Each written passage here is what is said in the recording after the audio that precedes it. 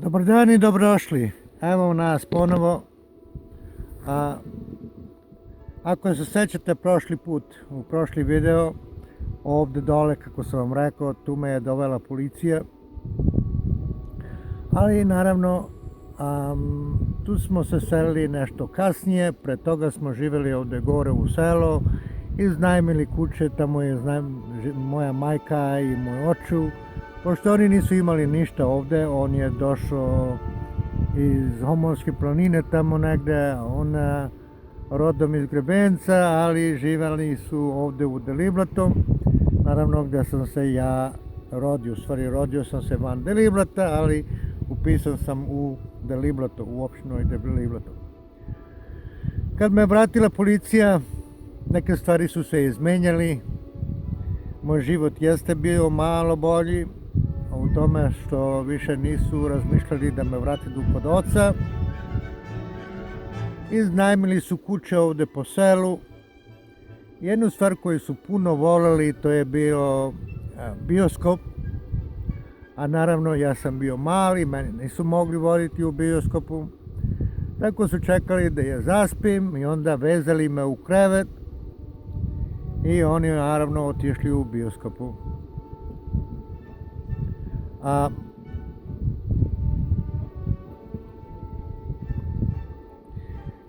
Problem je bio u tome što ponekada sam se probudio noću i trebao da idem u WC, kako se ono kaže. Ponekada je izdržao dok su oni došli da me odvežu, ali ipak ponekada nisam mogao izdržati. I naravno onda radio je kaiš. Ja mislim da je kaiš počeo negdje oko moje 3. godine i završio se negdje oko moje 15. godine, ali uvek bilo neki menjanje. Ali neke stvari moram da priznam, dok smo živjeli ovdje u ovo Deliblatu, vidite baš ovdje preko puta ovog lepog jezera. Kad smo se uselili u ovu malu kućicu koja naravno sada više ne postoji, nije bilo ni tako loše.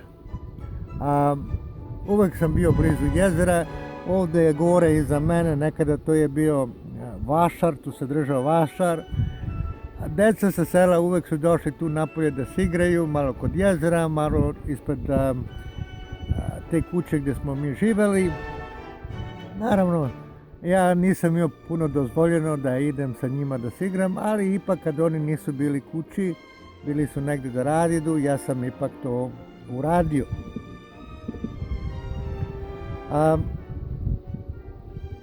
Bile su, kako kažem, i neke lepe dane.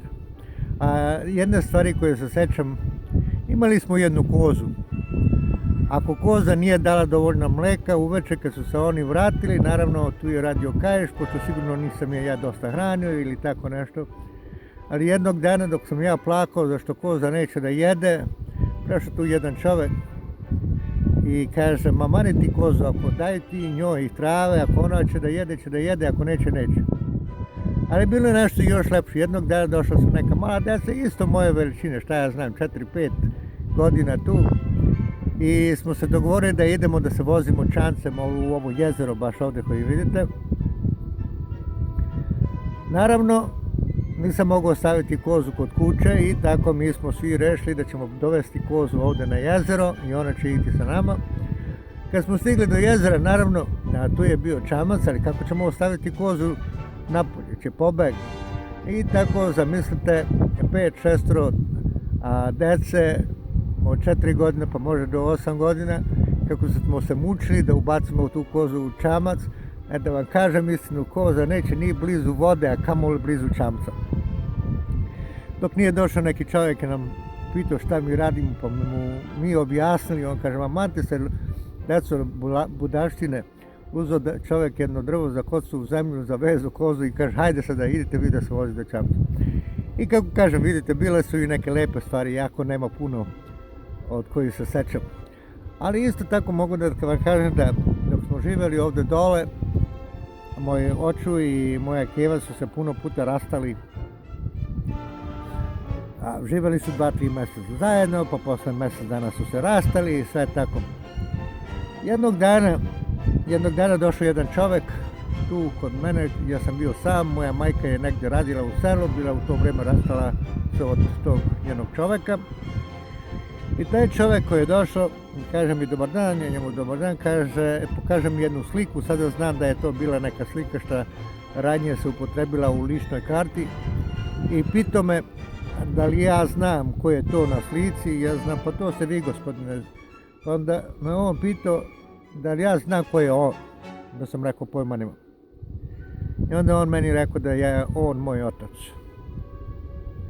Malo sam se obradovao, pitao me da li bi želeo da idem da živim kod njega. Ja sam mu rekao da. Onda me on pitao da li ja mislim da bi moja majka htjela ići živjeti tamo sa nama. Ja sam rekao da ne znam, ali mogu da idem da je pitam. I tako smo se dogovorili da ja idem i da pitam majku ovdje u selo gore, da bi ona htjela da živi sa njim. Naravno, radila je kod nekih ljudi ovdje u Livretu, otišli smo tamo gore. Pitao je, rekla mi je da ona neće, ali ako hoću da idem, nek mogu ići. I tako, kako vam kažem, prvi put sam upoznao moga oca. Sjećam se da mi je kupio onda nešto što se zvao šećerni krompir. I naravno uzeli smo voz za Livreta i otišli smo za Uljme, gdje sam tamo živeo kod njega. Imam malo sećanja od onog vremena što sam živio tamo kod njega, znam da nije bio puno. Sjećam se da tamo su bila dva moja braća sa očeve strane, bile su puno veći od mene i naravno nisu me puno volali, pošto ja naravno bio sam od druge žene. Sjećam se jednog dana su se sigrali oko stola, jurili se i nekako slomili nogu jednog od tog stola i rekli su da će kazati ocu da sam ja to uradio i dobit ću batine. Naravno, ja otišao na kraj bašte i tamo počeo da plačem. Kad je došao otac, ipak rekao, ma vi magarci ste to slomili, nije on, i čak da jeste on plače, dok vi ovdje se smijete koje mu dale, ipak su oni dobili batine, a ne ja. Drugo što se sećam, jednog dana došao je jako pijan. Sećam se da je tukao babu, ženu, oba dva sina, osim mene. Mene je izbacio u dvorište, jer sam bio tamo u dvorište do negde posle ponoći. Onda baba došla i me uvela u kuću. Ne sjećam se da mi on nešto ikada loše uradio za to vreme dok sam bio kod njega, ali sjećam se jednog dana, moj ujec došao da me vidi tamo u Uljmi, došao je na bicikli. Otac nije bio kući, ali njegova supruga je bila tu. I ona rekla da može da me vidi, ali ne može ući u kuću. Ako hoće da me vidi, moram ja izaći napolje, i tako ona mene izvela napolje. Kad sam ja izašao napolje, zaključila vrata za mnom i preko zida bacila moje odela, ono malo što sam imao. I rekla mu je da njoj više ja ne trebam, da me vodi kod majke. I tako sam se ponovo vratio kod majke. Kako vam kažem, ovaj deo moje priče nije bio puno interesantan. Sljedeći deo priče je, neću da kažem tužan, ali u sljedećem deo priče mogu da vam kažem da bio sam korak od smrti. A to već nije bilo ovdje u ovo selo de Livreto, već smo se bili uselili sa one druge strane šume. Ako vas interesuje kako se to desilo, možete čuti u sljedeći deo ove moje priče.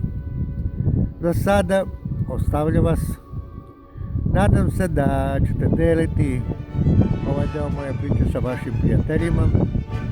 Ako niste gledali treći, drugi i prvi deo moje priče, ostavit ću ovdje gore, možete gledati.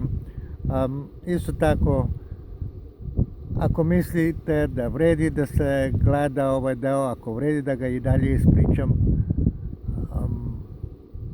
pritisnite ono crveno dugme tamo dole na YouTube-u gdje piše subscribe ili pratite. I ja ću postaviti sljedeći deo moje priče u četvrtak, iduće nedelje, i svakog četvrtka do toga dok se ne završava, mislim da će biti negdje još jedno 5-6 dela. Puno vam hvala i nadam se da ćemo se vidjeti iduće nedelje. Nadam se da vam se sviđa ovaj moj video. Evo, sad sam ponovo kod kuće. I evo moja kuca ovdje koja samo skače ispred mene. Sad ću pustiti da je vidite kako izgleda. Evo je, vidite. Neće biti mirna. Do sljedećeg puta, doviđenja.